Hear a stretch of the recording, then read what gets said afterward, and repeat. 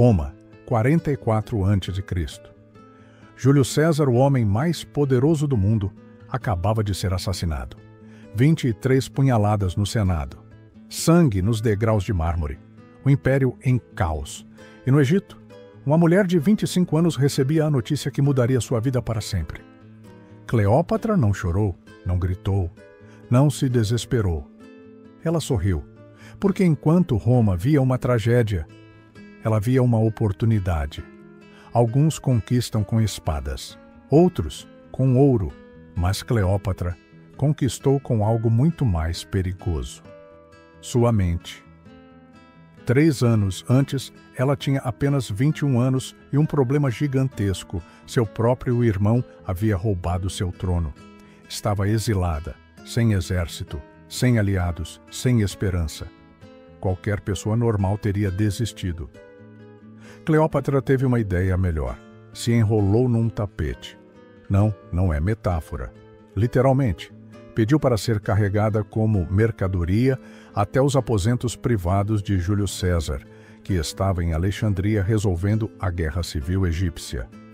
Imagina a cena: soldados romanos carregando um tapete, César esperando talvez discutir impostos ou fronteiras. O tecido se desenrola e surge uma jovem rainha. Não foi só teatro, foi genialidade psicológica, porque Cleópatra entendeu algo que poucos entendiam sobre homens poderosos.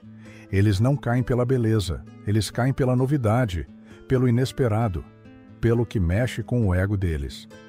E César, veterano de 1000 batalhas, acostumado com protocolos rígidos, de repente se vê diante de uma mulher que quebrou todas as regras para encontrá-lo. 2 mensagens em uma ação. Sou corajosa o suficiente para arriscar minha vida por você. E sou inteligente o suficiente para burlar sua segurança. César não teve chance. Em semanas, ele a colocou de volta no trono. Em meses, ela estava grávida dele. Em 1 ano, Roma inteira sussurrava sobre a bruxa egípcia que havia enfeitiçado seu general. Mas aqui está o que Roma não entendia. Não foi magia, foi método. Cleópatra falava 9 idiomas. 9. Podia conversar com César em latim, debater filosofia em grego, recitar poesia em árabe. Ela não era apenas uma amante exótica. Era a única mulher no Mediterrâneo que podia acompanhar a mente dele. E quando nasceu Cesarião, literalmente pequeno César, ela transformou uma criança em um símbolo político. Não era apenas o filho da rainha do Egito, era o herdeiro de Roma. Jogada de mestre. Mas aí, 15 de março, 44 a.C., idos de março, César morto. 23 punhaladas. Roma celebrou. O tirano havia caído. Cleópatra, no Egito, fez suas contas. Sem César, ela era vulnerável. Cesarião era apenas uma criança. Os romanos podiam invadir a qualquer momento. A maioria das pessoas entraria em pânico. Cleópatra entrou em modo estratégia. Marco Antônio, general romano veterano das guerras civis, um dos 3 homens que agora dividiam o poder em Roma, e completamente diferente de César. César era cerebral, calculista, político. Antônio era visceral, emotivo, um soldado que virou governante. Se César era xadrez, Antônio era pôquer. Cleópatra adaptou seu jogo. 41 a.C. Antônio convoca Cleópatra para uma reunião em Tarso, na atual Turquia. Questões diplomáticas, impostos, alianças, reunião de trabalho comum. Cleópatra chegou vestida de Afrodite, num barco com velas de ouro, remadores vestidos de cupidos, incenso perfumando o ar, música ecoando pela água.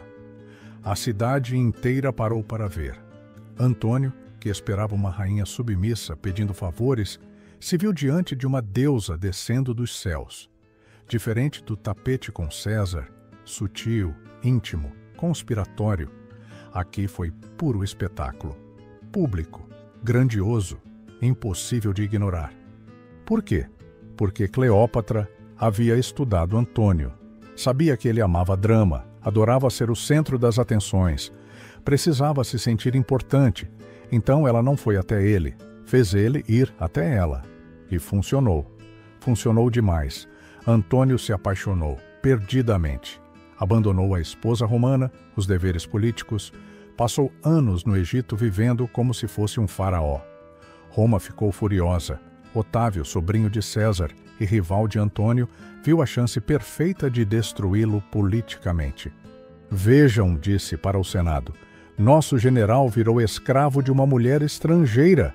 E Cleópatra, pela primeira vez, havia calculado errado, porque ela havia seduzido Antônio tão completamente que ele parou de pensar estrategicamente.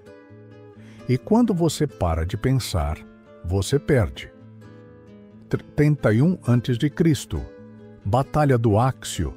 Frota de Antônio e Cleópatra contra a marinha de Otávio.